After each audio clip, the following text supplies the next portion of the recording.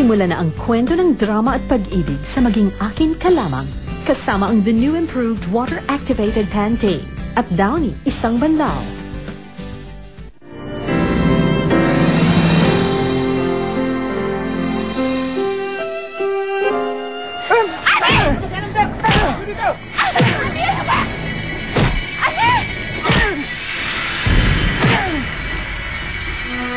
Ngayon lang kayo nagkasama uli ni Andy. Yung nangyari ng kamalasan sa kanya. Nagkugulo ang buhay niya dahil sa'yo. Kaya kung pwede lang, iwasan mo na siya. Umalis ka na. Umalis ka na.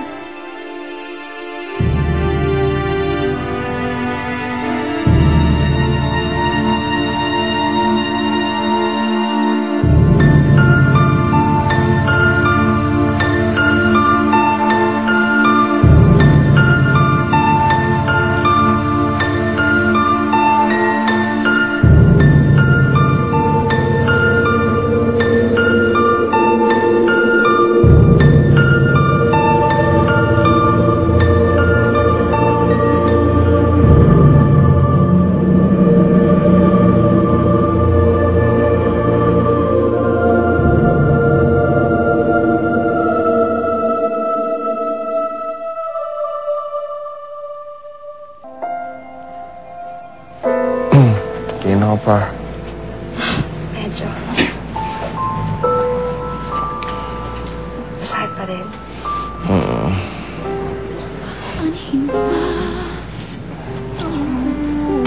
Kawawa. Gusto mo kumain?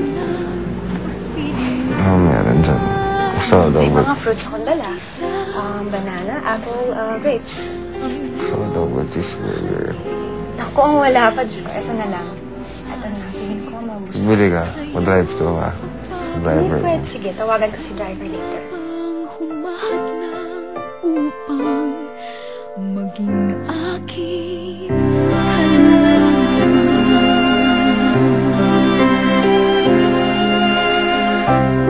ibibigay ko ang lahat upang hiling ko'y matupad. Lagi nang nagdarasal sa iyong pagmamahal, ngunit bakit kay tagal na para bang bawal? Sita, hindi ka na yata pumapasok sa opisina niyo. Malalong magalit sa akin ang papa mo niyan. Ano ka ba? Okay lang yan. Huwag kang mag-alala.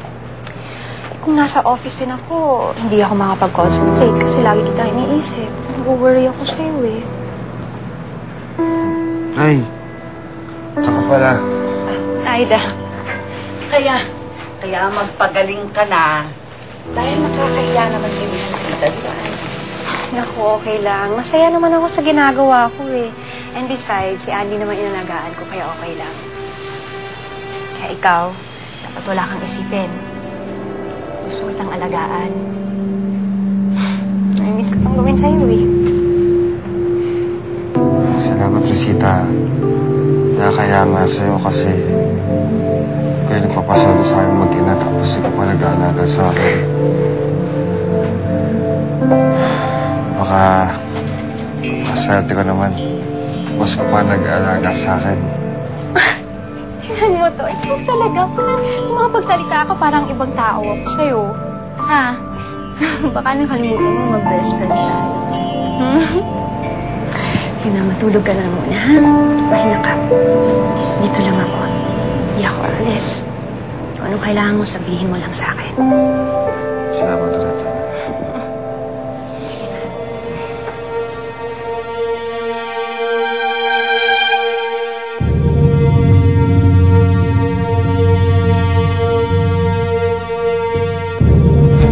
Kayang-kaya with all-new high-performance Bagas with fast lock pockets for ultimate side leak protection. Hahanga ka sa kwento ng pag-iibigan sa Maging Alala ni Susita. Hindi ako papayag na mangyari yun. Kaya dapat handa ko ng sarili ko para kay Andy. Ayoko kasi ng istorbo pag magiging kami na, di ba? gusto mo. Basta ako nang bahala doon.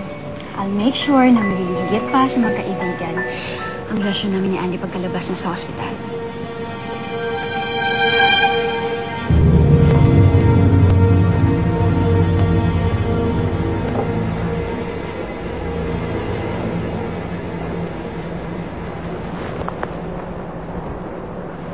Hello? Nurse. Lagi na kasi ako tumatawag dyan eh. Gising na ba si Andy Abrigo?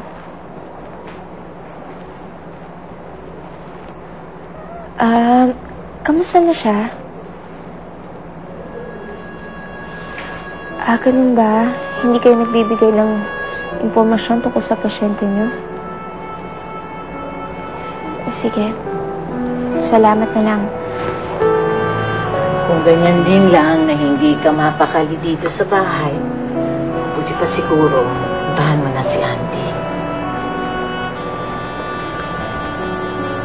Lola, inaalala ko lang kasi ang nanay niya.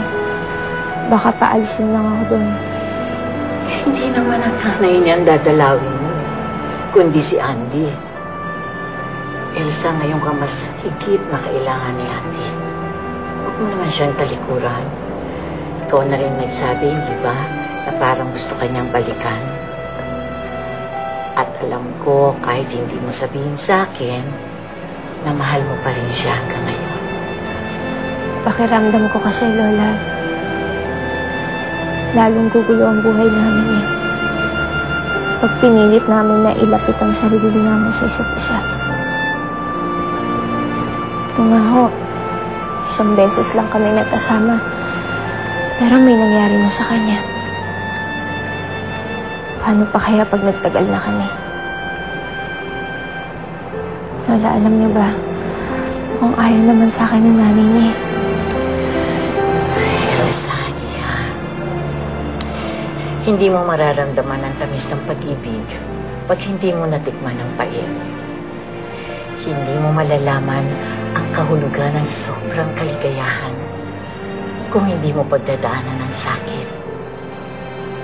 Elsa, bawat pag-ibig, sinusubok kung hanggang saan ang tibay.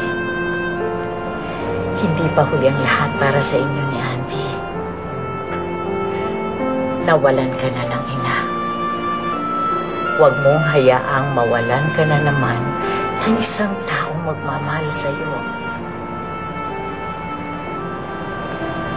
Sa bagay, Lola, tama kayo. Nung binubugbog si Andy, parang ako yung nasasaktan eh.